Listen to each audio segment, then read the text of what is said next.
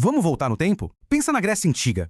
Um mundo onde um raio no céu era a fúria de Zeus, sabe? Onde as estações do ano existiam por causa do luto de uma deusa. Por muito, muito tempo, a humanidade explicou o mundo assim, com histórias de deuses e heróis. Mas aí, algo simplesmente incrível aconteceu. Um pequeno grupo de pessoas começou a fazer perguntas de um jeito totalmente novo, dando o pontapé inicial para uma das maiores revoluções de pensamento da história. Eles inventaram uma nova forma de enxergar o mundo. E tudo, mas tudo mesmo, começa com aquela pergunta que no fundo define a gente como espécie. Uma pergunta que tira o nosso sono, mas que também nos inspira. De onde é que tudo isso veio? Qual é a origem do universo e a nossa? Para tentar responder essa pergunta, a humanidade desenvolveu duas ferramentas, radicalmente diferentes. De um lado, o mitos, a história sagrada, aquela verdade que a gente recebe e não questiona. Do outro lado, o logos, a palavra racional, o argumento que não pede fé, mas que convida para o debate. É justamente a passagem de um para o outro que é esse grande salto que a gente está falando. Ok, mas para entender o tamanho dessa revolução, primeiro a gente precisa dar uma olhada no mundo que ela deixou para trás. Antes da filosofia, o mito não era uma ficção, uma historinha para criança. Era a própria realidade. Era a forma como a verdade funcionava, explicando tudo pela vontade dos deuses. O nome técnico para isso é cosmogonia. Essas histórias sobre a criação do mundo não eram só contos para passar o tempo, não. Eram narrativas sagradas, exemplares. Elas não só diziam por que o trovão existia, mas também organizavam a sociedade inteira, definiam rituais, diziam o que era certo e o que era errado. Mas aí vem a grande questão: por que ali? Por que justamente na Grécia? Acontece que uma combinação muito única de fatores, tanto culturais quanto sociais, criou uma espécie de tempestade perfeita para as ideias. Foi o ambiente ideal para o nascimento de uma forma totalmente nova de pensar. E é aqui que a gente vê o tal gênio helênico em ação. Olha que interessante, os gregos não inventaram a matemática nem a astronomia. Mas o que eles fizeram foi algo radicalmente novo. Eles pegaram conhecimento prático de outras culturas, tipo o cálculo que os egípcios usavam para construir pirâmides, e transformaram aquilo. A questão para eles não era só usar o conhecimento, era entender os princípios por trás de tudo, criar teorias abstratas, sistemas de pensamento, pela primeira vez. Essa transformação toda foi cozinhando num caldo cultural muito particular. A poesia, por exemplo, já trazia essa busca por harmonia, por causas. A religião grega, como não tinha um livro sagrado ou regras super rígidas, abria espaço para o questionamento. Mas o ingrediente final, a cereja do bolo, foi a polis, a cidade-estado. Ali, na praça pública, discutir, argumentar, debater, não era só permitido, era a base da vida em comunidade. E é nesse cenário super fértil que surgem os nossos protagonistas, os primeiros filósofos, que a gente hoje chama de pré-socráticos. Eles foram os verdadeiros desbravadores, os primeiros a olhar para o universo e buscar uma explicação que não viesse dos deuses, mas sim da natureza e da razão. Foi uma aventura intelectual como nunca se tinha visto antes. E a pergunta que eles fizeram já era por si só uma revolução. Eles pararam de perguntar quem criou o mundo e começaram a perguntar: o mundo é feito do quê?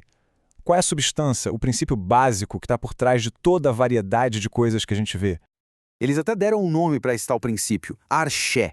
Para a gente entender, pensa na arché como se fosse o ingrediente original do universo, a matéria-prima de tudo. Era a origem, a base e a essência de todas as coisas. Encontrar a arché era o grande prêmio, a busca pela unidade por trás de todo o caos aparente do mundo. Bom, a primeira grande tentativa de responder essa pergunta veio lá da cidade de Mileto, que era um porto super movimentado e rico.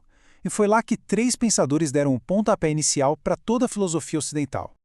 O primeiro a dar um palpite foi Tales. Depois de observar muito a natureza, ele chegou a uma conclusão. A arché é a água. A lógica dele era bem direta. Tudo que tem vida é úmido, precisa de água. Mas atenção, um ponto crucial aqui. A água de Tales não era só o H2O que a gente conhece. Era mais um símbolo, sabe? Um símbolo para um princípio vital, úmido, a fonte de toda a vida. Aí o discípulo dele, Anaximandro, deu um passo gigantesco.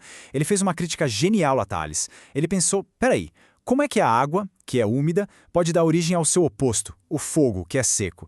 Para ele, a arqué não podia ser nenhuma coisa que a gente já conhecesse. Tinha que ser algo anterior a tudo, uma substância infinita, sem limites, indeterminada, o apeiron. Isso foi um salto absurdo para o pensamento abstrato. Então veio o terceiro da turma de Mileto, Anaxímenes, e tentou fazer uma síntese das duas ideias. Ele propôs o ar. Por quê? Porque o ar é infinito, como o apeiron do Anaximandro, mas ao mesmo tempo é algo que a gente consegue observar, como a água do Tales. Mas a grande sacada dele foi propor um mecanismo para a mudança, a condensação e a rarefação. Pela primeira vez, alguém tentava explicar como uma coisa vira outra de um jeito totalmente natural. Agora, vamos avançar para um dos pensadores mais enigmáticos e, para mim, um dos mais fascinantes, Heráclito de Éfeso. Ele olhou para toda essa busca pela arqué e jogou uma ideia simplesmente alucinante na mesa. E se o princípio de tudo não for uma coisa, mas sim a própria mudança? Essa frase famosa dele já diz tudo, né? O rio parece o mesmo, mas as águas que estão passando por ele nunca são as mesmas e, mais fundo ainda, a pessoa que entra no rio também já não é a mesma. Para Heráclito, a única coisa que não muda no universo é que tudo muda o tempo todo. Para Heráclito, a realidade é um eterno devir, um fluxo sem fim de vir a ser. Nada é, tudo está sempre se tornando alguma outra coisa. E qual o símbolo perfeito para essa transformação que não para nunca? O fogo. Pensa bem, o fogo nunca está parado. Ele consome, transforma e está sempre em movimento. Ok, mas de onde vem essa mudança toda? Heráclito responde: do conflito dos opostos. É a tensão constante entre o dia e a noite, a vida e a morte, o quente e o frio que faz o universo se mover. E essa guerra não é algo ruim, destrutivo. Pelo contrário, é o motor que cria a harmonia do todo, como a tensão entre as duas pontas de um arco que permite que ele funcione. Chegando ao fim, a gente se pergunta, qual é o grande legado disso tudo? Por que essa busca por água, ar, fogo, que hoje pode até parecer um pouco ingênua, porque, na verdade, isso mudou o rumo da história da humanidade? O maior legado deles não foi uma resposta, foi um método, um processo revolucionário que era observar o mundo, procurar um princípio que explicasse tudo, usar razão em vez de simplesmente aceitar uma autoridade e construir uma explicação lógica. Esse método é, sem exagero, o DNA da filosofia e de toda a ciência que a gente conhece hoje. E isso nos leva ao ponto central. O legado imortal desses primeiros pensadores não está nas respostas que eles deram. No fim das contas, não importa tanto se a arché era água ou fogo. O que mudou o mundo para sempre foi a pergunta. Eles nos ensinaram a perguntar de um jeito novo, dando início à busca racional pela verdade. O que nos deixa com uma última reflexão. E se o maior salto que a humanidade deu não foi encontrar uma resposta definitiva, mas sim descobrir o poder imenso de fazer a pergunta certa? Talvez a maior descoberta de todas tenha sido a própria busca. Uma busca que começou lá naqueles portos gregos há mais de 2.500 anos e que, no fundo, é a mesma que nos move até hoje.